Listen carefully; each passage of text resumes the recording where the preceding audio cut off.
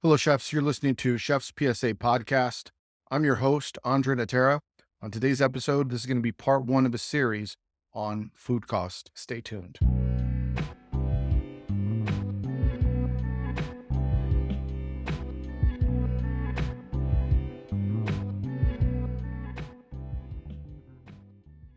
So before we begin, I'm going to give you a brief update on progress of these Spanish translation books. I've already translated 3 of the Chef's PSA series. So Culinary Leadership Fundamentals, Line Cook Survival Manual, and Bad Sue Good Chef have all been translated into Spanish. I am finalizing Kitchen Art of War and How Not to Be the Biggest Idiot in the Kitchen. They'll be out by the end of next week. So if you wanted those books in Spanish, either for you or for your staff, they are available. Go get them. You can find them all on chefspsa.com. Additionally, I did a podcast with Line Cook Thoughts where we talked all things social media strategy, from the rollout of Threads to why branding is so important. We talk about Instagram, Twitter versus Threads, and so on. It's a great podcast. If you're interested in social media content creation, that's a great episode to go listen to. It's on Line Cook Thoughts, which is also a very good podcast as well. Go check it out. Let's get into today's episode. Today's episode is going to be the first part of the series on food cost. Now, I haven't done a food cost podcast and I haven't really gotten too much into it. Now, I did write about it in the Culinary Leadership Fundamentals book, and I also have a companion to the book, which is a video course where I do cover food cost. Now, the reason I haven't done a food cost specific podcast really has a lot to do with the complexity of the subject. Because in my style of teaching, I don't think I could do a simple food cost podcast and help people really understand what food cost is. Because food cost is a very simple subject, and it's also a very complex subject. The very simple answer how to manage food cost is cost divided by sales equals your food cost percentage. And that's usually what you're going to be measured on in most restaurants. If you only take one thing from this podcast series, it's that. Cost divided by sales equals food cost percentage. And that's the formula that's used for labor cost, controllable expenses. The majority of your career, that's going to be the single formula you use for food cost. So I don't need to do a whole podcast on understanding that formula, and we'll get into some more complex formulas throughout the series. But to really understand food cost, I think you have to understand money. I think you have to have a little bit of history of money. I think you have to understand what money is. I think you have to have a mindset on thinking about money differently when you're working in the kitchen. I also think that you have to have very specific strategies when there are problems to know where to look. I get a lot of questions on food cost specifically, and that's why I decided to do this episode. And everyone always says, teach me about food cost. Now, I'm always a little bit confused what they mean by teach me about food cost, because I could teach you the formulas and you'll understand math, or I can teach you how to think about money, or I could teach you to think about how to organize yourself and where to find problems. All 3 are very lengthy subjects. And probably the shortest subject is understanding the formula part. But here's why I haven't wanted to teach just a formula. The formula is important and you're going to need it for the rest of your career, but you could memorize it in about 10 seconds. That doesn't teach you what you need to know about food cost, because a formula is not a strategy. So then what we need to do today is we need to understand money. So what I want to do is, first, I want to get into what is money, some history of money. Why do we use paper money or digital currencies or the banking system versus trading with rocks or seashells or apples for that matter? What makes something money and why you should view all food as money. If you don't understand money really, then you really should have no business managing money. So the first thing that we're going to do in this podcast series is explain what money is. So the very simple answer of what is money, it's a medium of exchange for goods and services, with it being a store of value, a medium of exchange, and a unit of accounting. Those are its 3 primary functions. But in order for something to be considered money, it needs to have some very specific properties. And specifically today, we're going to talk about the 3 specific properties that something needs in order to be considered money. And that is, number 1, fungibility, number 2, saleability, and number 3, scarcity. So if you've never heard the term fungibility, you probably, if you were paying attention to the internet a couple of years ago, everyone was going crazy for NFT, which is an acronym for non-fungible tokens. So what is fungibility? Fungibility is a like-for-like exchange. So for example, if I have a $1 bill and you have a $1 bill and we exchange them, we both still have $1. If my $1 bill is wrinkled and I give you the $1 bill and you give me one that's crisp, we still have $1 bill. That is fungibility, a like for like exchange. Something that is non-fungible would be two very different things. So for example, the exact value of a banana is not the same as the exact value of an apple. Those two things are not necessarily fungible. Art is also something that's not fungible because the value of two different squares with painting on them could be extremely different. So the first thing for something to be considered money is fungibility. That's a fun word. Learn it. You'll be smarter than all your other chef friends if you walk around teaching them about the properties of money. Anyway, we digress. Let's move on. The next property of money is saleability across time and space. When we talk about the space part, it's pretty easy. It's the portability of money. So you need to be able to carry it from one side of the planet to the other side of the planet. So that's the portability aspect of money. It needs to be portable. The time aspect, when we're talking about saleability, is a little bit more confusing. So when we're talking about time, if you have something, let's say, we're going to use the apple as the example. An apple is not saleable over time because if we use apples as money and I give you an apple, what's going to happen to the apple over a short period of time? It's going to start to decay. So apples are not saleable over time. So from a saleability standpoint, you want it to be saleable across time and space. So you need something that is going to not only be portable, but you also need something that's going to be incorruptible. And then the last quality of money is scarcity. So I'll give you an example of what I mean by scarcity. And this also ties into food cost in a lot of ways. People often say, why are truffles so expensive? Or why is caviar so expensive? Usually has to do with the difficulty of getting the truffles, the scarcity of the truffles, the difficulty of getting caviar, the scarcity of the caviar. The more difficult it is to get something and the more value it's going to have, which is a property of money. So the reason something becomes valuable is because it's not in excess in the world. So for example, if we decided to use sand as money, well, everyone would be rich. You could just go outside and grab some sand, which makes it not a good property of money because there's no scarcity with sand. So for something to have value, it has to be scarce, which brings us to what makes gold and silver so valuable over the last several hundred years. Well, the reason gold and silver are so valuable, one, is because they are scarce metals. Two, they are saleable over time and space. Gold and silver are extremely durable. They don't corrode, they don't rust, and they don't degrade over time. So that makes them a great store of value. In addition to them being very scarce, you have to put effort into mine gold and silver. So it has all the properties of money, which makes gold and silver hard money. It makes it good money. Gold and silver can also be divisible. Hence, you have several different sizes of gold coins. It's also portable. You can move it around, and it's fungible. So if I give you a 1 ounce gold coin for $2,000 and you give me a 1 ounce gold coin, it's still worth $2,000, right? 1 ounce of gold. That's roughly the price right now, which is why gold and silver have been used for so many years. So anyway, now that we understand the properties of money and we understand why gold and silver have been really the money of choice for many people, let's talk about the evolution of money. In the very beginning, when people were, throwing rocks at each other, I guess, you would have what's called the barter system. So the barter system is just a system of trade. You give me a cow, I'm going to give you a horse. We're going to determine that that's the same value and we're going to trade. Or maybe I'm going to say 2 horses for 1 cow or vice versa. That's a barter system. So people were trading resources between one another. Like sometimes when you're a chef and you got to go say, hey, can I borrow this and I'll give you that? That's the barter system. After the barter system, we move to commodity money.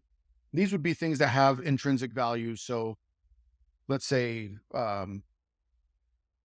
wheat, rocks, shells, things like that. Things that could be commodities that could be used. Today commodities you'd consider like oil and things like that would be considered commodities, but people started using commodities as trade.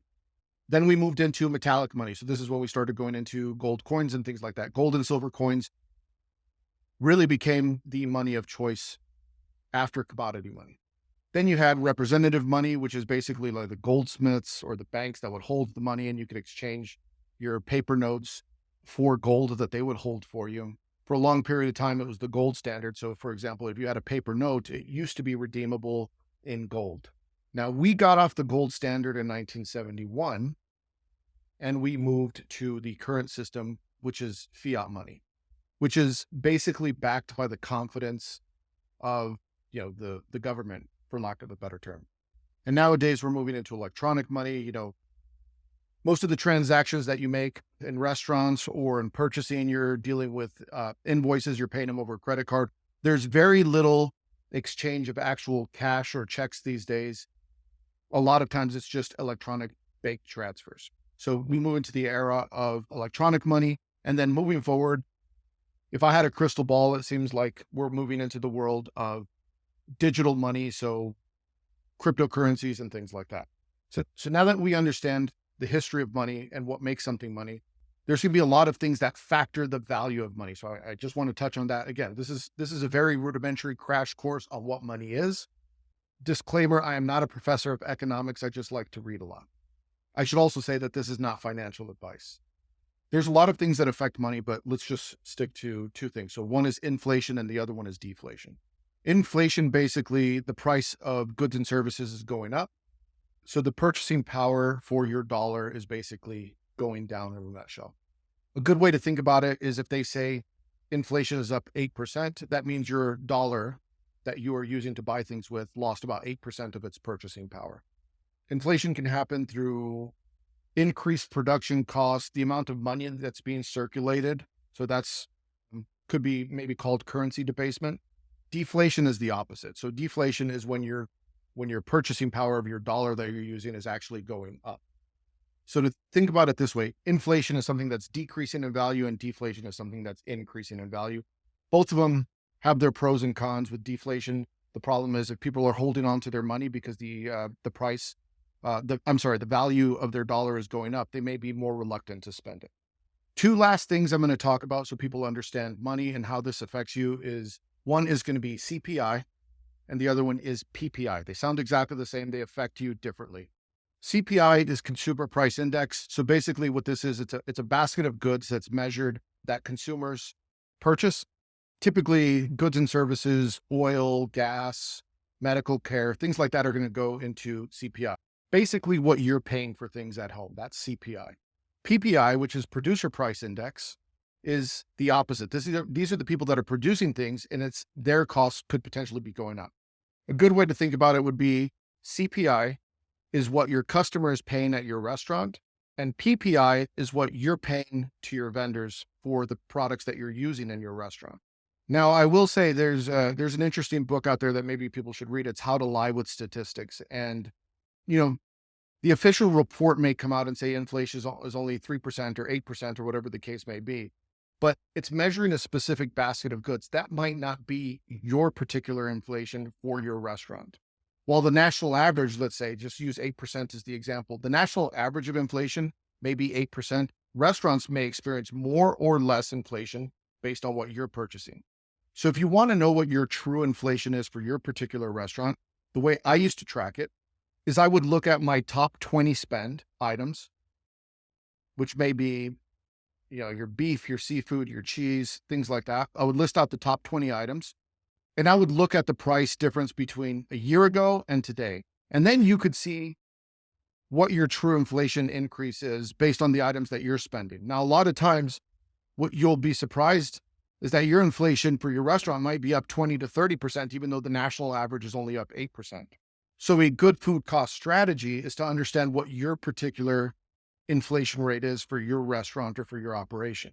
So now that we understand what money is, the next thing that I want to walk you through is we need to understand that everything in your kitchen that you buy is money.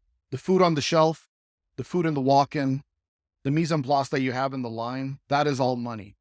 And so a good exercise is instead of viewing everything as commodities, so lettuce and tomatoes, start looking at it as dollar bills.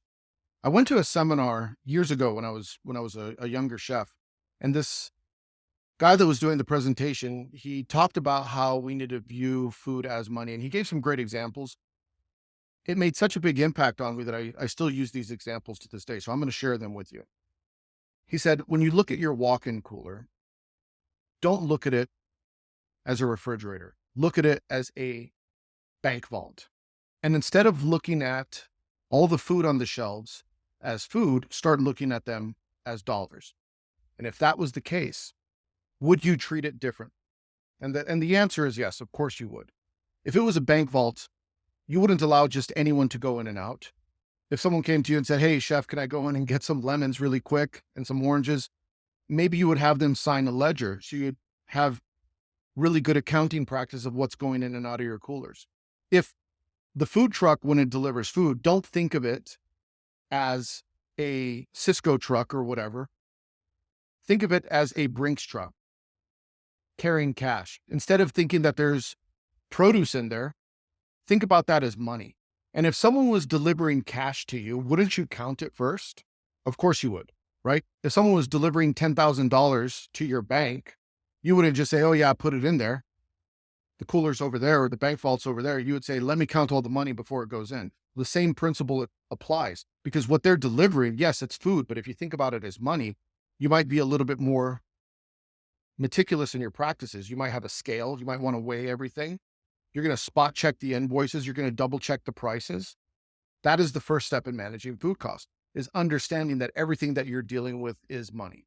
Then when you look at the products that you're using, if you were buying something and you were storing it on the shelves, but you're not rotating it, think of it as money that's depreciating in value right away.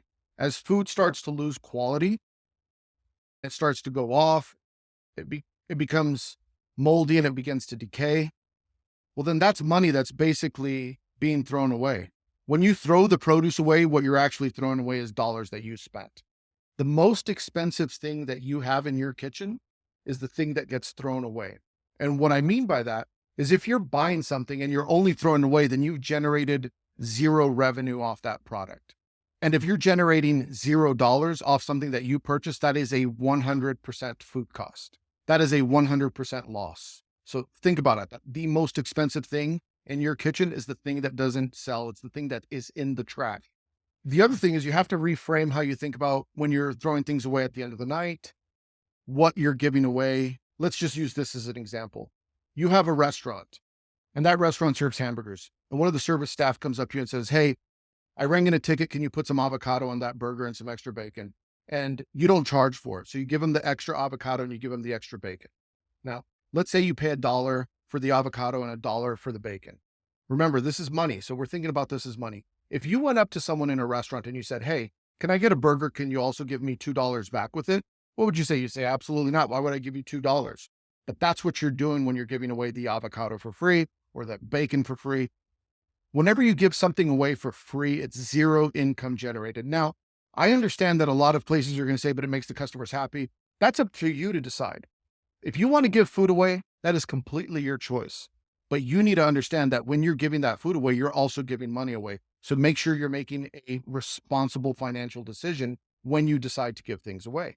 Now, the last thing that we're going to talk about today, because this is going to be a multi-part series, but really I want you to start thinking about food costs differently beginning now. And that is understanding that all food is not equal when it comes to its value. And I'll tell you a little story.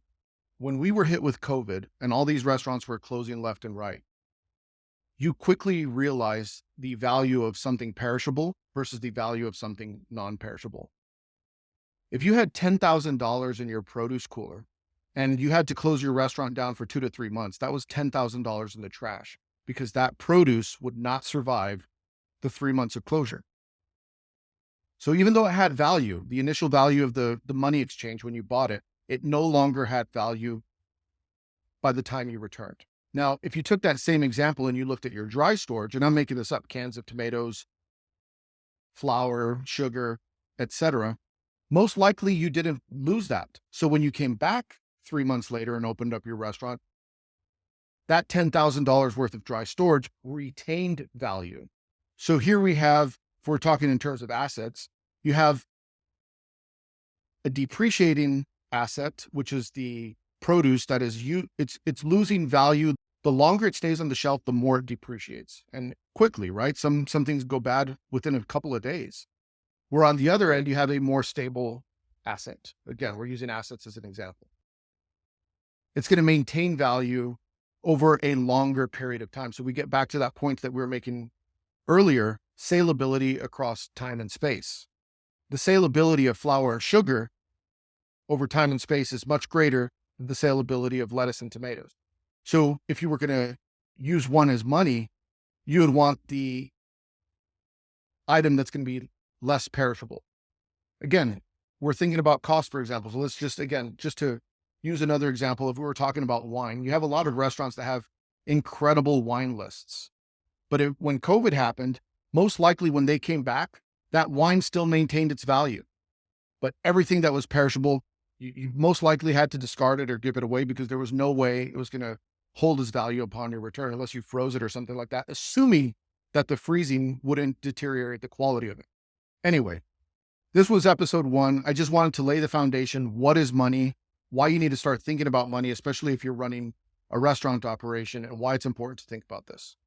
On the next episode, we're going to get into the formulas that you're going to be using, how to calculate food cost, what the longer calculation is, how to come up with menu pricing, what a theoretical food cost is, strategies for inventory, and how to protect yourself from the rising costs that we're all facing right now as restaurateurs and chefs. So anyway, if you don't want to listen to the next episode, just remember this: cost divided by sales is your food cost percent. If that's all you needed, there you go. Cost divided by sales.